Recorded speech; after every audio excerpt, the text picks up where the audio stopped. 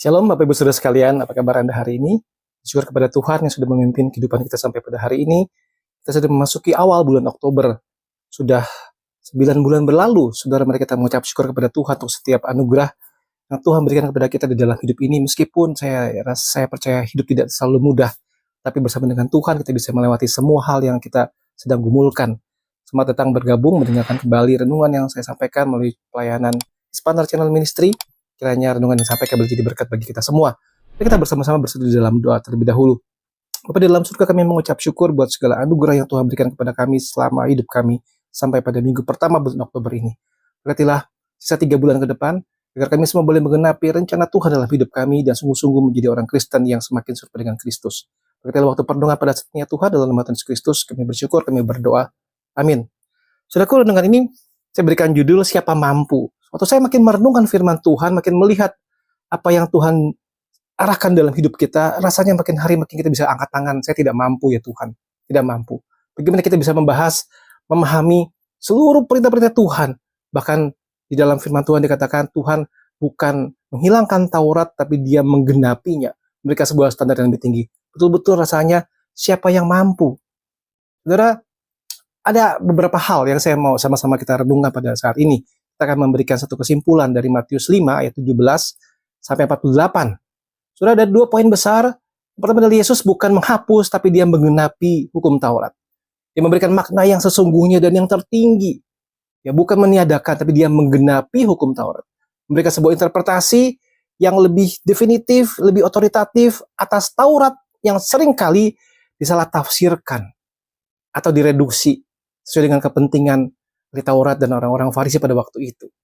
Saudara, yang kedua adalah kebenaran yang Tuhan Allah kehendaki itu melebihi kebenaran yang hanya lahiriah atau formalitas saja. Berkali-kali Tuhan berkata bahwa kamu telah mendengar firman Tuhan dari nenek moyang kita, tapi aku berkata kepadamu. Terus berkali-kali berkata seperti itu, memberikan sebuah standar yang Tuhan berikan yang sangat tinggi sekali. Saudara, yang menjadi pergumulan kita adalah mampukah kita, mampukah Anda? Mampukah Anda untuk bisa mengontrol diri berkenaan dengan kemarahan dan berrekonsiliasi dengan orang lain? Matius 5 ayat 2-26. Dosa dimulai dari hati. Kemarahan, kebencian, sama seriusnya di mata Allah, sama dengan pembunuhan. Berasal dari hati yang sama, akar yang sama. Saudara, mampukah Anda untuk menahan nafsu dan menjaga kemurnian hati? Pasal 5 ayat 27-30. Zina dimulai dari pandangan dan pikiran, bukan hanya sekedar fisik. Kemurnian hati bukan soal fisik, tapi disiplin mental dan hati. Yesus menekankan tindakan yang radikal. Cungkil matamu, potong tanganmu. Siapa yang mampu, saudara? Bukan Anda untuk sungguh-sungguh mengejar kesetiaan di dalam pernikahan Anda? Matius 5 ayat 31-32. Yesus memberikan standar pernikahan kepada maksud yang semula, yang mana orang-orang seringkali salah tafsir, orang-orang seringkali memahami dengan cara yang keliru. Perceraian dikecam Tuhan sembrono karena merendahkan martabat pasangan dan melanggar ikatan perjanjian. Saudara, bisakah kita menjaga kesucian pernikahan kita? Apakah Anda untuk berkata jujur secara mutlak, saudara? Matius 5 ayat 33-37. Kalau iya, katakan iya. Kalau tidak, katakan tidak. Bisakah kita berkata seperti itu dan tidak perlu sumpah? Artinya, kita betul-betul menghindari kebiasaan berbohong atau berbohong putih, menghindari kebiasaan melebih-lebihkan janji atau menggunakan nama Tuhan untuk mengesankan orang lain. Bangun reputasi diri sebagai orang yang bisa dipercaya dalam perkataan dan perbuatan. Mampukah Anda membalas kejahatan dengan kebaikan? Matius 5 ayat 38-42.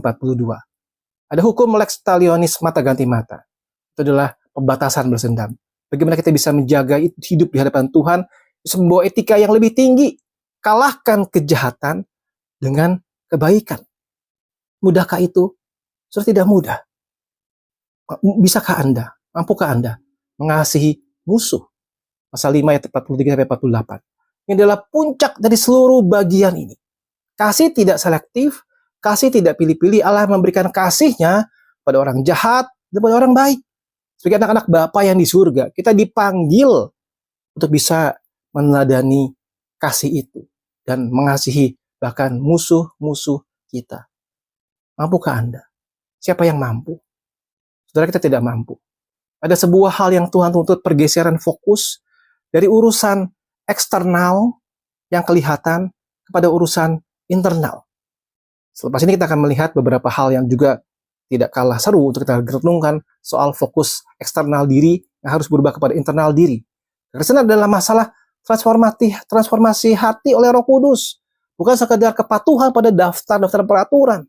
Iman kita harus mempengaruhi pikiran kita, motivasi kita, dan sikap hati kita yang paling dalam. Saudara, kita perlu melihat bahwa standar mustahil yang Allah berikan itu kita tidak mampu, kita butuh kasih karunia Allah.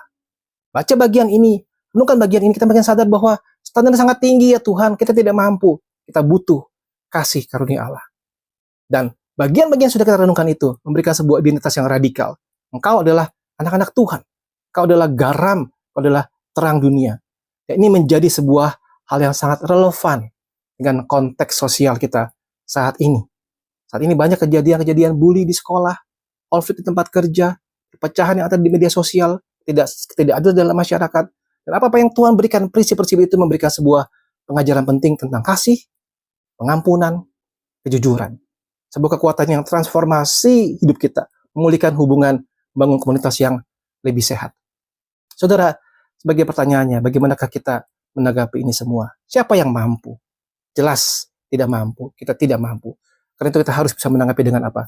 Pertama, bergantunglah sepenuhnya pada kasih karunia dan kekuatan dari Tuhan. Kita tidak dituntut Tuhan untuk bisa mengarahkan kekuatan kita untuk jadi sempurna. Kita tidak mungkin bisa. Datanglah kepada Tuhan. Datang kepada Tuhan. Tidak mudah saat kita disakiti, kita bisa mengasihi. Tidak mudah. Bergantung pada kasih karunia Tuhan. Kedua, saudara, kita meneladani Yesus Kristus yang telah melakukannya. Yesus bukan hanya memberi perintah, tapi dia pun dengan sempurna menggenapi menjalankannya. Dia mengasihi orang-orang yang menyalibkan dia. Lukas 23 ayat 34. Hidupnya penuh dengan kasih, integritas yang mutlak dan kemurnian hati. Engkau dan saya diajak untuk apa? Mengikuti Yesus Kristus. Bukan hanya mematuhi seperangkat aturan saja. Yang ketiga, yang terakhir adalah begini. Kita memahami ini semua sebagai sebuah arah perjalanan kita yang semakin hari semakin serupa dengan Kristus. Bukan sebagai sebuah syarat masuk surga. Saudara, sebagai orang percaya, inilah panggilan kita. Inilah panggilan kita. Inilah arah perjalanan kita untuk menunjukkan hidup yang berbeda dengan dunia. Pola-pola yang berbeda dengan dunia. Pola hidup sosial yang berbeda dengan dunia. Apa yang dunia lihat, kita berikan satu makna yang berbeda. Karena kita adalah murid-murid Kristus. Siapa yang mampu, saudara? Engkau mampu? Saya mampu? Kita tidak mampu. Ya Tuhan yang memampukan kita. Mari kita berdoa. Pada dalam surga, kami memahami firman Tuhan, kami merasa begitu sulit sekali dan makin kami sadar, kami butuh kasih karunia Tuhan. Tuhan, tolonglah kami, setiap kami yang mendengar renungan ini, di bagian manapun pergumulan kami saat ini, Engkau menolong kami, Engkau memampukan kami bisa melewatinya, dan sungguh-sungguh menunjukkan hidup kekristenan kami, yang semakin hari semakin bertumbuh serupa dengan Kristus. Berkatilah seluruh perdengaran pada hari ini ya Tuhan, berkatilah seluruh kehidupan kami ke depan ini. Dalam nama Yesus Kristus, kami bersyukur dan kami berdoa. Amin. Tuhan menolong kita sekalian, Tuhan Yesus memberkati.